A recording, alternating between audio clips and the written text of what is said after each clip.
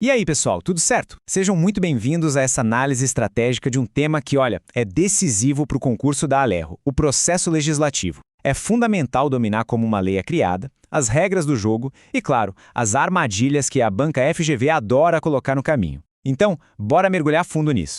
E para guiar a nossa jornada, todo o conteúdo que a gente vai ver aqui foi tirado diretamente do caderno de estudos do projeto Alero Turbo, um material incrível idealizado pelo professor Dr. Marcelo Lessa.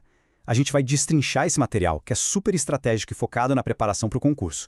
Bom, nosso plano de batalha já está traçado. A gente começa entendendo o campo de jogo, depois vamos conhecer o arsenal de ferramentas do legislador, né? Em seguida a gente acompanha a jornada de uma lei, passo a passo, e aí partimos para um simulado de combate contra as pegadinhas da FGV. E no final, claro, aquele resumo de ouro para consolidar tudo. Vamos nessa? Ok, vamos direto ao que interessa.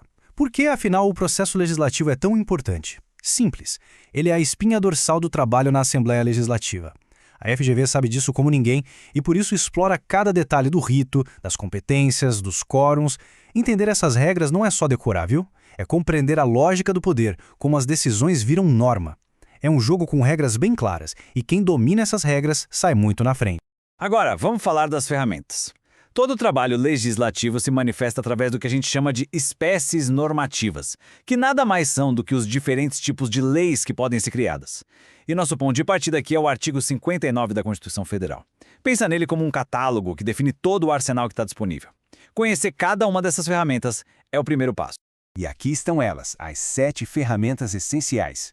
Temos as emendas à Constituição, as famosas PECs, que alteram o próprio texto da Constituição, é coisa séria.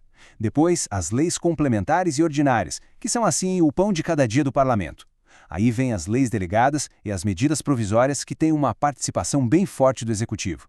E para fechar, os decretos legislativos e as resoluções, que são atos mais internos do legislativo. Agora, atenção máxima aqui. Este é um ponto que a FGV adora explorar. A diferença entre lei complementar e lei ordinária. A regra básica é a seguinte. A lei complementar, ou LC, trata de assuntos específicos que a própria Constituição exige e por isso precisa de um quórum mais difícil, de maioria absoluta. Já a lei ordinária, ou LO, cuida de todo o resto, da matéria que sobra, a residual, e para ela basta a maioria simples dos presentes na votação. A maior armadilha da FGV é justamente trocar a absoluta por simples, então tem que gravar isso. A complementar é mais exigente, precisa do quórum absoluto. Certo. Se a lei complementar exige um quórum mais rigoroso, mais difícil, será que isso quer dizer que ela é, de alguma forma, superior à lei ordinária? Que existe uma hierarquia entre elas? Essa é uma dúvida super clássica, que gera uma confusão danada e é um prato cheio para a questão de prova. E a resposta, segundo o Supremo Tribunal Federal, é um sonoro não. É fundamental não cair nessa armadilha, de jeito nenhum. Não existe hierarquia entre elas. A diferença é de competência, de campo de atuação. A Constituição simplesmente dividia os assuntos. Alguns temas são para a lei complementar, outros para a lei ordinária. Uma não manda na outra. Elas só trabalham em áreas diferentes. É como pensar em 2 especialistas, um cardiologista e um neurologista. Nenhum é superior ao outro, cada um tem a sua área, entende? Muito bem, já conhecemos as ferramentas do legislador. Agora, vamos seguir a jornada completa, o passo a passo de como um simples projeto se transforma em uma lei de verdade. Esse caminho tem fases muito bem definidas e entender essa sequência lógica é essencial para não se perder no meio das questões. O professor Lessa organiza essa jornada em 3 grandes fases, o que ajuda muito a visualizar. A primeira é a fase introdutória. Ela responde à pergunta quem pode dar o pontapé inicial. É a fase da iniciativa. A segunda, que é a mais complexa, é a fase constitutiva. É o coração do processo, sabe? Onde o projeto é discutido, votado e passa pelo filtro do chefe do executivo, que pode concordar, ou seja, sancionar, ou discordar, que é o veto. E por último, a gente tem a fase complementar, que é quando a lei finalmente nasce para o mundo jurídico, com a promulgação e a publicação. Vamos dar um zoom no momento super importante da fase constitutiva, o veto. O chefe do executivo pode barrar um projeto por 2 razões. Existe o veto jurídico, que acontece quando o projeto é considerado inconstitucional. É um controle de legalidade. E tem também o veto político, que é quando o mesmo projeto sendo constitucional, ele é considerado contrário ao interesse público. Aí já é um controle de mérito. Ah, e um detalhe importante, o veto pode ser total ou parcial. Mas se for parcial, ele tem que abranger o texto integral de um dispositivo, tipo um artigo inteiro, um parágrafo, não pode ser só uma palavrinha solta. Certo. O executivo tem 15 dias úteis para se manifestar. Mas e se ele não fizer nada, ficar em silêncio? Esse silêncio pode ser entendido como um veto? Em outras palavras, o veto pode ser tácito? Essa é uma pegadinha clássica, fiquem de olho. E a resposta é categórica. Nunca, de jeito nenhum. O veto é um ato de discordância muito sério. Por isso, a Constituição exige que ele seja sempre expresso e com justificativa. O governante tem que dizer que vetou e explicar o porquê. Sabe o que pode ser tácito? O contrário, a sanção.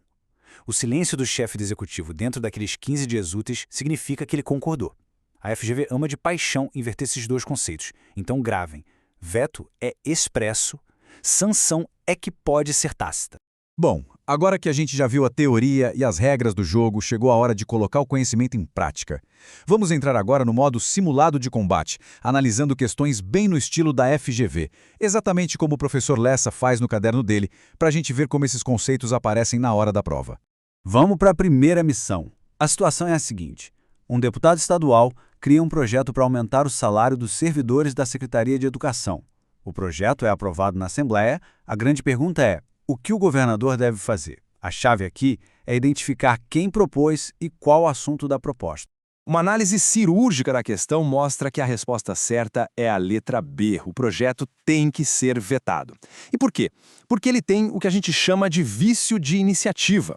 A regra de ouro aqui é super clara. Leis que falam sobre aumento de salário de servidores do Poder Executivo são de iniciativa privativa do chefe do Executivo, ou seja, do governador. Um deputado não pode começar esse tipo de projeto. Isso causa uma inconstitucionalidade formal, um erro no procedimento, na forma como a lei nasceu.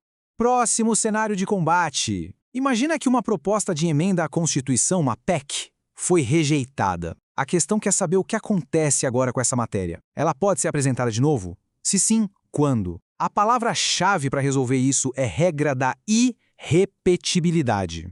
E aqui a gente desarma a armadilha. Gabarito a letra B, a regra de ouro é: uma PEC que foi rejeitada não pode ser objeto de uma nova proposta na mesma sessão legislativa, que basicamente corresponde ao ano de trabalho. É uma trava, uma irrepetibilidade que a gente chama de absoluta. O alerta estratégico aqui é não confundir isso com a regra para projetos de lei ordinária, que é bem mais flexível. Uma lei ordinária que foi rejeitada até pode ser reapresentada no mesmo ano, mas só se tiver um pedido da maioria absoluta dos membros da Casa. A FGV adora explorar essa diferença sutil.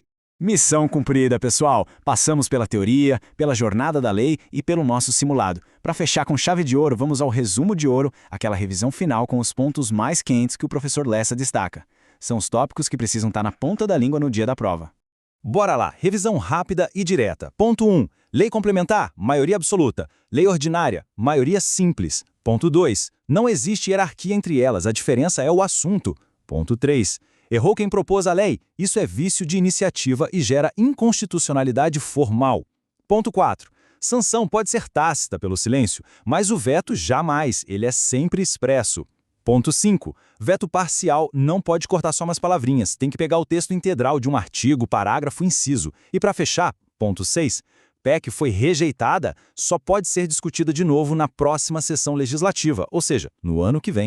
E para encerrar, uma reflexão muito poderosa do professor Marcelo Lessa. O processo legislativo não é só um monte de regra fria. É o ritual que transforma os desejos da sociedade em normas que organizam a vida de todo mundo. Para o futuro analista legislativo, o papel será de guardião desse rito, garantindo que a justiça decretada pelos representantes do povo seja válida, legítima e eficaz. É uma missão de uma responsabilidade imensa. Com essa mentalidade, a preparação ganha um novo significado. Bons estudos a todos!